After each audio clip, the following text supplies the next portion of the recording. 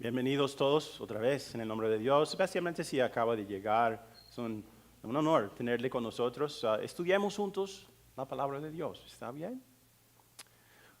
Para el primer mensaje de esta serie, si estabas aquí, yo me puse un par de lentes de sol, porque en esta serie, Examen de Conciencia, hablamos sobre la cosmovisión. Y como dije, cada persona, cada ser humano tiene una cosmovisión, que es nuestra manera de pensar, de ver las cosas, y afecta toda nuestra vida, la manera en que actuamos, cómo nos portamos. Y una cosmovisión es como un par de lentes por el cual vemos el mundo. Y hay muchas cosmovisiones que existen en este mundo. Y claro que cuando uno cambia de lentes, entonces se cambia la vista que uno tiene.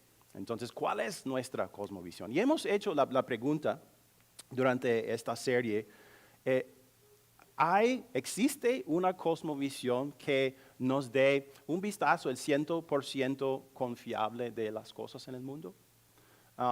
Una cosmovisión que nos dé una filosofía estable sobre la cual pasar nuestra vida, una guía para que podamos como interpretar todos los eventos que nos suceden en el mundo, una visión del mundo que nos explique la naturaleza humana, que nos dé un patrón para las relaciones personales que tenemos con otras personas, una cosmovisión que nos dé información correcta sobre nuestro origen, sobre nuestro propósito. La pregunta es, ¿hay una cosmovisión que nos dé claridad, confianza, consuelo, esperanza, estabilidad, un verdadero propósito y resistencia para vivir en este mundo tan difícil donde hay pandemias y muerte y muchas cosas malas? ¿Existe tal cosmovisión? Sí existe. Espero que todos nosotros hayamos poder ver y entender que la Biblia es la única fuente de la verdadera cosmovisión, que nos dice la verdad siempre sobre nosotros, sobre el mundo, sobre Dios y sobre todas las cosas. Y la única cosmovisión que realmente puede satisfacernos y contestar todas nuestras preguntas. Para examinar este tema hemos hecho ya 4 preguntas durante las últimas semanas. ¿De dónde venimos? ¿Por qué estamos aquí? ¿Qué es la moralidad? ¿Y a dónde vamos cuando morimos? Pero nos falta una otra pregunta. Si tenemos esta cosmovisión, si es nuestro par de lentes por el cual vemos el mundo, entonces, ¿cómo viviremos? Y vamos a examinar una otra historia del libro de Génesis. O sea, todos los textos han sido tomados del libro de Génesis. Y este de Génesis capítulo 4, versículos 1 al 9. Porque en este texto veremos un ejemplo de esta cosmovisión, la de Dios, la de la Biblia, y cómo se vivió. Y veremos esto, el sacrificio de gracia de Dios. Lo que Él hace produce ofrendas de adoración en los que creen. Podemos decir que viviremos entonces adorando a Dios. Génesis 4, versículo 1 dice esto. El hombre se unió a su mujer Eva. Eva, ¿qué significa su nombre otra vez? ¿Alguien sabe? ¿Se acuerda de la semana pasada? Y significa vida, ¿okay? Entonces, vida ella, y ella o sea, es digno de su nombre, ¿verdad? Porque dice, ella concibió y dio a luz a Caín. Y dijo, con la ayuda del Señor he tenido un hijo varón. Después dio a luz a Abel, hermano de Caín. O sea, después de la caída en pecado, la vida siguió. Y Adán y Eva pudieron concebir estos hijos. Y la exclamación de Eva muestra algo. Demuestra que en su corazón existía la fe en el Señor, porque dice, con la ayuda del Señor he tenido un hijo varón. Ella y su esposo creyeron la promesa que Dios dio de mandar uno que aplastaría la cabeza de la serpiente, un Mesías, un Salvador. Entonces ella dice, yo soy la madre de todos los vivientes y de esos vivientes vendrá la vida verdadera, la vida que el Mesías nos dará. Versículo 2 habla sobre estos 2 hijos. Abel se dedicó a pastorear ovejas, mientras que Caín se dedicó a trabajar la tierra. Yo creo que a diferencia de la teoría de la evolución, la Biblia dice que inmediatamente después de ser creados, los seres humanos eran capaces intelectualmente, en cuanto a las habilidades, de practicar cualquier profesión o desarrollar cualquier profesión. Y aquí vemos dos de las primeras. Caín se dedica a ¿qué? A la agricultura, agricultor. Y Abel se dedica a la crianza de los animales. Y ninguna de estas profesiones era mejor o peor a los ojos de Dios. De este modo ellos eran iguales. Y vemos otra cosa que ellos hicieron juntos también, en el versículo 3. Tiempo después, Caín presentó al Señor una ofrenda del fruto de la tierra, porque era agricultor. Abel también presentó al Señor lo mejor de su rebaño, es decir, los primogénitos con su grasa. Ahora, la Biblia no dice que el Señor les mandó llevar estas ofrendas a Él. No, aparentemente no fue un mandato, pero nos parece que fue algo espontáneo. Una ofrenda, un tributo al Señor para darle gracias, acción de gracias por las bendiciones que Él les había dado. Entonces, ellos hicieron eso. Y es el primer ejemplo después de la caída de la adoración pública. Entonces, lo que estamos haciendo hoy, tenemos el primer ejemplo aquí de la adoración pública. Hasta aquí no hemos visto ninguna diferencia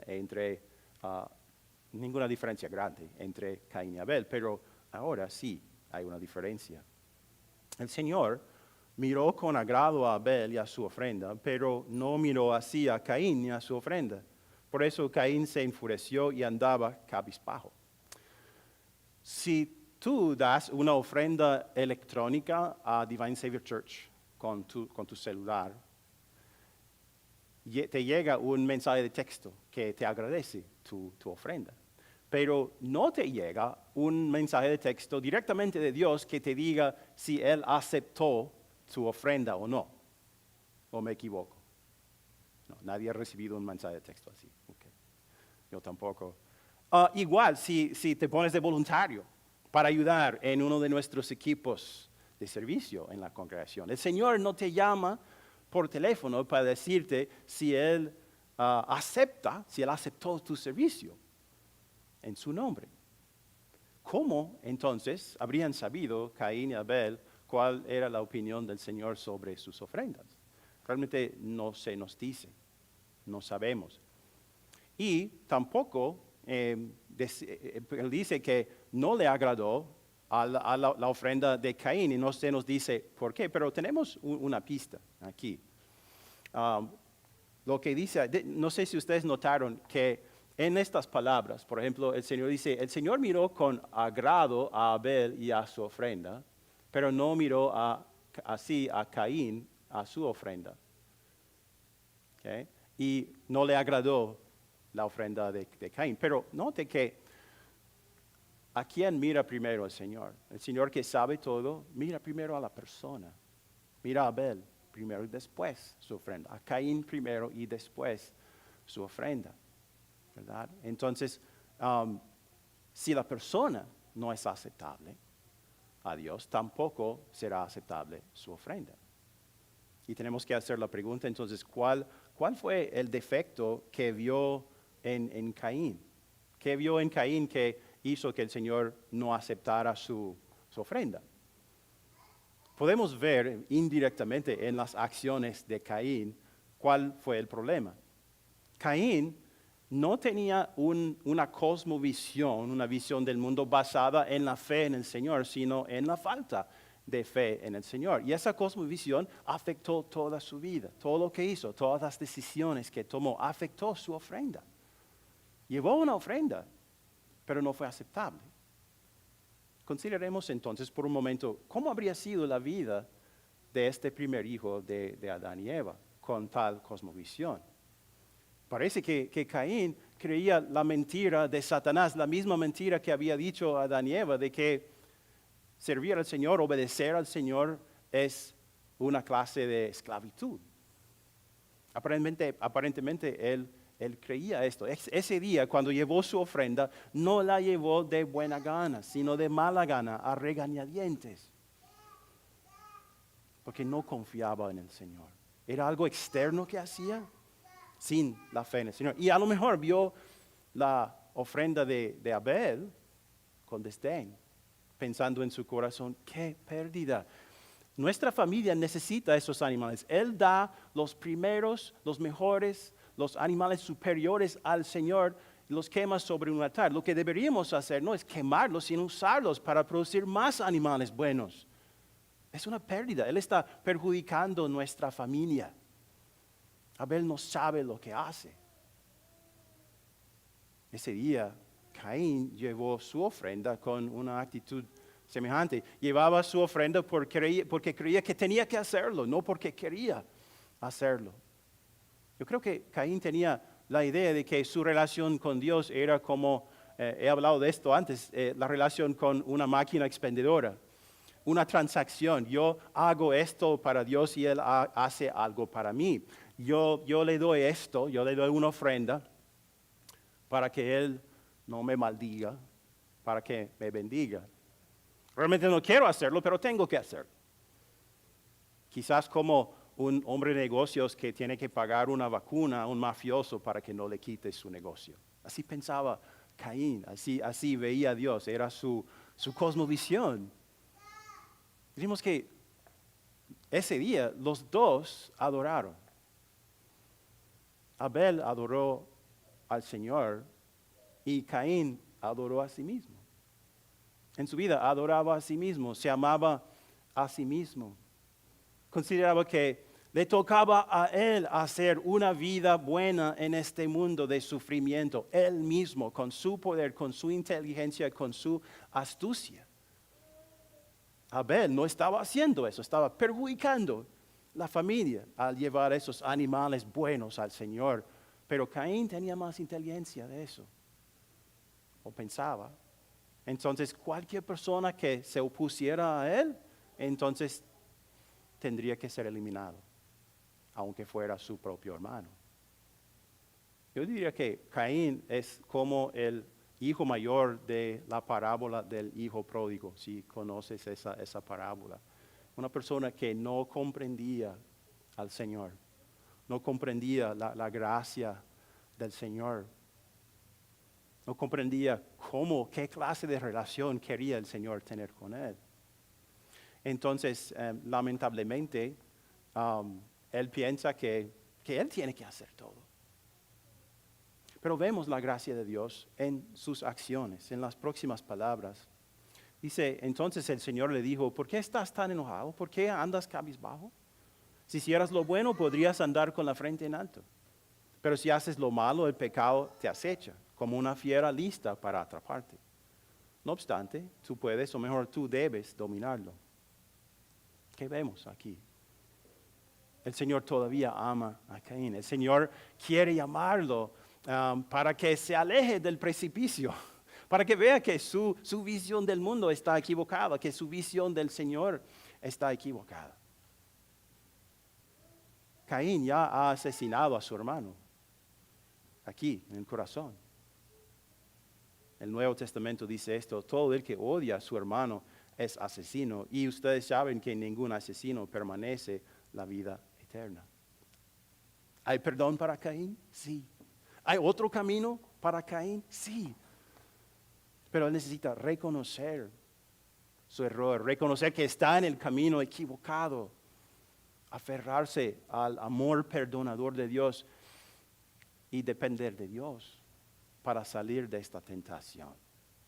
No de sí mismo, pero ¿qué hace Caín? Depende de sí mismo.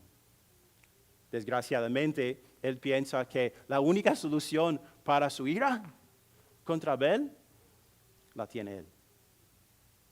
Se encuentra en él y en sus acciones. Entonces leemos en el versículo 8, Caín habló con su hermano Abel. Mientras estaban en el campo, Caín atacó a su hermano y lo mató. El Señor le preguntó a Caín, ¿dónde está tu hermano Abel? No lo sé, respondió. ¿Acaso soy yo el que debo cuidar a mi hermano? La actitud de Caín es Yo haré las cosas a mi manera y no me importa lo que tú pienses, Señor. No me importa lo que pase a mi hermano. Yo hago las cosas a mi manera. Yo hago mis propias reglas, reglas que sean buenas para mí. Y si alguien se opone a mí, tendrá que pagar las consecuencias. Vemos aquí esa adoración a sí mismo que practicaba Caín. Él sabía que vivía en un mundo de sufrimiento, pero otra vez, él pensaba que a él mismo le tocaba domar todo ese sufrimiento con sus propias obras, a pesar del Señor, a pesar de los demás. El único objetivo para él era vivir para sí mismo, lograr su objetivo de tener un paraíso aquí en la tierra. El problema es que buscaba la felicidad en sí mismo, en sus acciones, en un hombre pecador con recursos limitados y no en el Señor, el único ser que podía satisfacerle, darle felicidad. Y una cosmovisión que tiene sentido. Entonces, Caín nunca fue feliz. Puedo decir eso con toda seguridad. Nunca fue feliz. Porque buscaba la felicidad en el lugar equivocado. Pero la cosmovisión de Abel fue diferente. ¿Por qué Abel ofreció la ofrenda que ofreció? ¿Por qué ofreció lo mejor que tenía al Señor en vez de usarlos para criar otros animales mejores quizás? Vemos aquí. Abel también presentó al Señor lo mejor de su rebaño, es decir, los primogénitos con su grasa. ¿Por qué? ¿Por qué hacer eso? ¿Verdad? Porque ciertamente se podrían usar para otras cosas, para comer o para criar otros, ¿verdad? Pues Hebreos 11:4 dice esto en el Nuevo Testamento: por la fe, Abel ofreció a Dios un sacrificio más aceptable que el de Caín, por lo cual recibió testimonio de ser justo, pues Dios aceptó su ofrenda. Y por la fe Abel, a pesar de estar muerto, habla todavía. Entonces, la ofrenda que dio Caín sirve todavía hoy en día de ejemplo de la clase de adoración que le agrada al Señor. La adoración que fluye libremente de un corazón lleno de fe en el Señor. Era la clase de adoración que Abel rindió a Dios. Ese día él no llevó esa ofrenda, esos animales al Señor para conseguir algo del Señor, sino porque había recibido tanto del Señor. No llevó esas cosas al altar porque creía que tenía que hacerlo, sino porque quería hacerlo, que confiaba en el Señor. Sabía que el Señor lo amaba, lo perdonaba, lo bendecía, que tenía un paraíso nuevo, mejor, esperándolo, y que haría todo lo posible, todo lo necesario para que Abel tuviera todo lo que necesitaba en este mundo. Entonces, libremente, por amor, respondió al amor de Dios y dio esa ofrenda generosa. Adoró al Señor. Y no solamente con esa acción, estoy seguro que Abel adoró al Señor todos los días, con toda su vida. Él tenía la cosmovisión bíblica, la que Dios quiere que todos tengamos. Él veía el mundo por los lentes del Señor. Ahora, si nosotros creemos esto, si tenemos esta cosmovisión, hay ciertas cosas que podemos decir por seguro. Podemos decir, primero, yo sé de dónde vengo. Puedo tener confianza en eso. Yo sé que este mundo, este universo no llegó a existir por casualidad o por accidente. Fue creado por un Dios de sabiduría, de poder y de amor.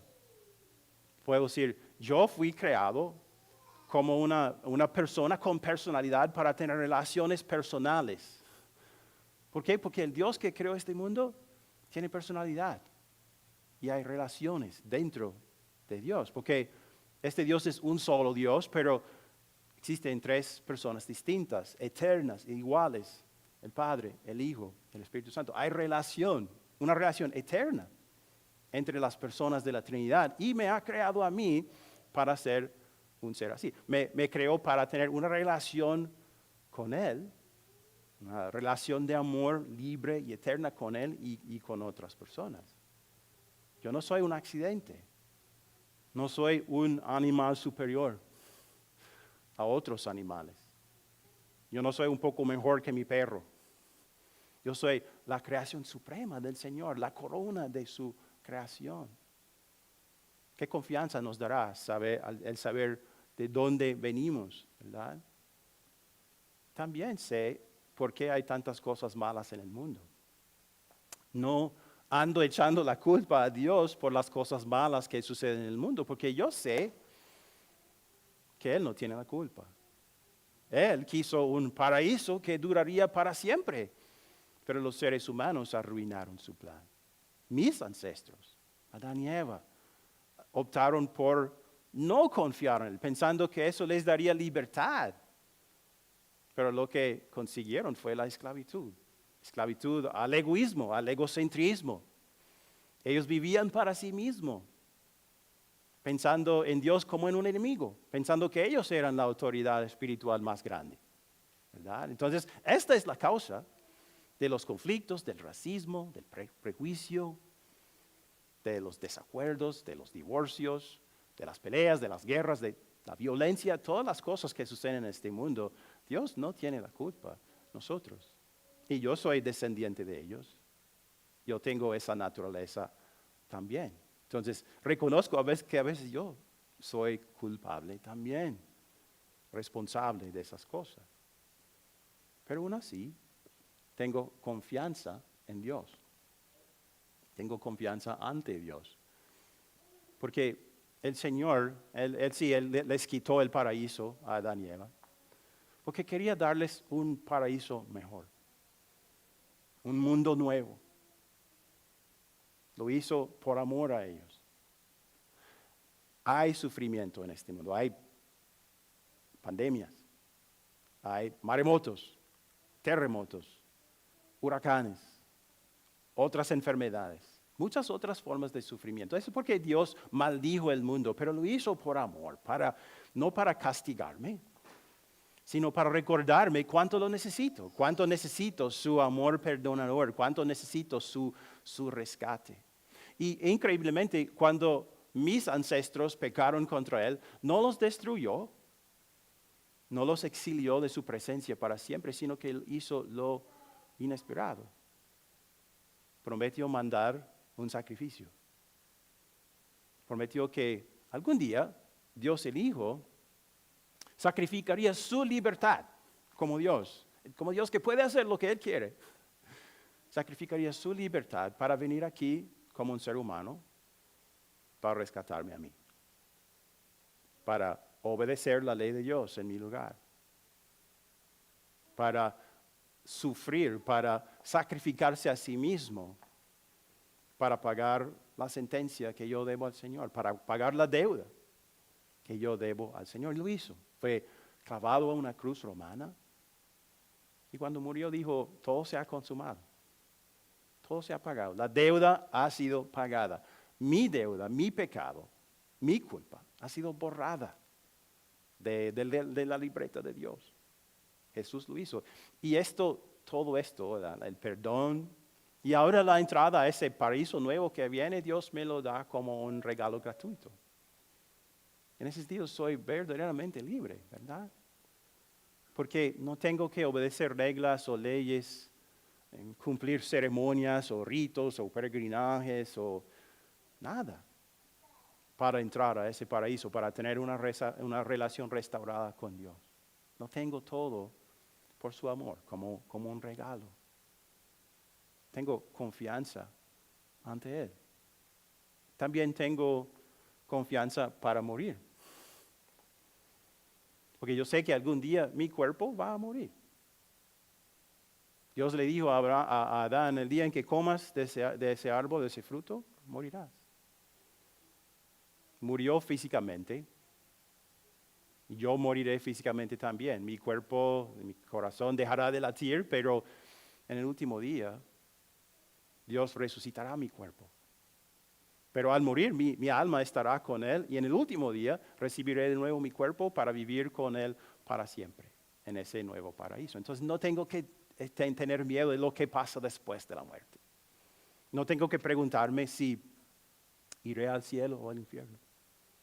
Yo sé que mi alma estará con Él inmediatamente después de morir y que algún día yo tendré la mejor vida, una vida mejor que Adán y Eva tuvieron en el jardín del Edén, en el nuevo paraíso del Señor. Y en este mundo yo puedo saber que cualquier cosa que me suceda, cualquier sufrimiento, es para mi bien, que este Dios de sabiduría y de amor sabe interconectar todo para que todo me beneficie de alguna forma. Antes de morir, sí, voy a sufrir de varias maneras, pero no es por mi pecado, es porque el Señor quiere ponerme a prueba, madurar mi fe, llevarme a su palabra para aferrarme más a Él. Por último, sé quién soy. Yo sé que no soy una persona perfecta. Yo sé que no tengo todas las respuestas. Yo sé que tengo defectos y pecados, tengo egoísmo. A veces pongo en práctica ese egoísmo y eso afecta a las personas a mi alrededor. Y a veces tengo que arrepentirme. La sociedad, quizás cuando un cristiano peca y sale al público, un cristiano pecó. Claro, porque todavía soy pecador. A veces no amo a mi prójimo como a mí mismo. No pongo a Dios primero en mi vida. Pero aún así tengo paz. Porque el Señor me perdona. Cada día. Cada día me dice, tú eres mi hijo. Y no veo nada malo en ti a causa de Jesús. Y aun cuando el mundo me dice que no valgo nada, que soy un fracaso, de que debería desaparecerme para que no me puedan ver. Te dicen que no soy suficientemente guapo, inteligente o cualquier cosa. Entonces, no dejo que ellos decidan quién soy. Yo le pregunto a Dios y Él me dice, tú eres mi hijo amado. Estarás conmigo para siempre. Y esa es la cosa que realmente es lo que necesito, ¿no? Tengo todas estas cosas, porque Dios me ha dado esta cosmovisión, la cosmovisión que nos da en la Biblia, me da claridad para ver las cosas bien, como son, confianza para vivir en este mundo, consuelo en todo el sufrimiento, esperanza, sabiendo que algo mejor me espera, estabilidad en este mundo tan inestable, un propósito, yo sé por qué existo y me da resistencia para lidiar con todo el sufrimiento a mi alrededor. Como hemos visto, el sacrificio de gracia de Dios, lo que Él hizo por nosotros en la cruz, produce ofrendas de adoración en los que creen. Lo hizo en el caso de Abel. Él ofrendó esas cosas porque quería, porque Dios lo amó y a causa de eso Él amaba al Señor y quería ofrecerlo. La pregunta ahora es, ¿cómo vamos a vivir? ¿Qué producirá esto en nosotros? Va a producir adoración. La adoración es cuando diariamente tú y yo, como creyentes, nos ofrecemos libremente a Dios. Todo lo que somos, todo lo que tenemos para adorarlo, para servirlo, para servir a Él, amar a Él, servir y amar a nuestro prójimo. Y hay varias cosas que esto afectará en nuestra vida. Primero, el Señor nos da el medio de gracia. El medio por el cual Él nos comunicó su gracia, su perdón, la palabra de Dios, el bautismo y la Santa Cena. Estas son las cosas más importantes en nuestras vidas. Y nuestra cosmovisión, si tenemos esta, afectará cómo las usamos. ¿Cuál será mi actitud hacia estas cosas? La adoración. Ser generoso con mi tiempo, dando tiempo cada semana para leer la Biblia, para venir aquí, para reunirme con otros cristianos, para seguir escuchando más sobre este Dios maravilloso, para crecer en la fe. Por eso ustedes están aquí, por eso yo estoy aquí. Es un acto de adoración, dar de nuestro tiempo para saber más sobre Él, para compartir nuestra fe con otros, para apoyar la obra de nuestra congregación al hacer esto, al llevar esta cosmovisión al mundo. Porque hay tantas personas que tienen una cosmovisión atea, agnóstica o no, de que no les da confianza para vivir ni para morir. Entonces, mis ofrendas aquí son importantes. La ofrenda de mi tiempo. Porque hay tantas maneras en que uno puede servir en Divine Savior Church. Y no requiere mucho tiempo. Estoy dispuesto a hacer eso, a donar un poco del tiempo que el Señor me ha dado para saludar a las personas a la puerta, o para cantar, o para traer un refrigerio, o algo así. Mis ofrendas de dinero son necesarias. Hacen posible lo que estamos haciendo hoy. Harán posible lo que queremos hacer en construir un templo nuevo y un centro de ministerio. En 2 semanas tendrán la oportunidad de ver en una reunión congregacional los dibujos arquitectónicos de este lugar buenísimo, que será una bendición para nuestro ministerio. Y necesita tu apoyo. Con la ofrenda de tu tiempo y talento, de tu dinero, sería bueno analizarla de vez en cuando y a preguntar, ¿esta ofrenda que doy refleja la grandeza de la bondad que el Señor me ha dado a mí o no? ¿Es como la ofrenda de Abel o más semejante a la ofrenda de Caín? Doy un poco, porque realmente no confío en Dios para suministrarme lo que tengo y siento la necesidad de guardar todo para mí mismo. Hay que analizarnos de vez en cuando para ver si estamos dando nuestra ofrenda de buena gana, por gozo, porque el Señor nos ama y generosamente en respuesta a su generosidad. Pero lo que pasa aquí es sumamente importante y lo que experimentamos aquí. También afectará nuestra moralidad. Mi papá tenía muchas herramientas y siempre me decía, Steve, use the right tool for the job. Utiliza la herramienta correcta para el trabajo. No uses un martillo como destornillador o viceversa, porque daña la herramienta y no logra el objetivo. Recordar nosotros de que fuimos hechos para hacer la voluntad de Dios, no para hacer nuestra propia voluntad. A veces se siente bien hacer nuestra propia voluntad y no se siente bien hacer la voluntad de Dios, pero es porque somos pecadores. Pero si tenemos esta cosmovisión, generosamente daremos nuestro amor a Dios siguiendo lo que Él dice, sabiendo que Él nos diseñó para esto, que cuando seguimos lo que Él quiere, es bueno para nosotros y es bueno para las personas a nuestro alrededor. Y finalmente, esto afecta a nuestras relaciones personales. ¿Qué cosas vemos en la sociedad de Estados Unidos ahora? Mucha enemistad, mucho odio, mucha fealdad, mucha oposición por razones políticas o ideológicas o raciales. Pero con esta cosmovisión puedo ver que Dios creó a todas las personas. Dios creó a todos ellos, a mí, nos redimió a todos por la sangre de Cristo. Delante de Él somos iguales, entonces yo puedo tratar a las personas así. De tratar de no verlas según su raza, color, lenguaje, nacionalidad, partido político, estrato social, sino como personas a quienes Dios ama y personas a quienes yo puedo amar. ¿Qué tan diferente sería nuestra sociedad si hubiera más personas con esta cosmovisión?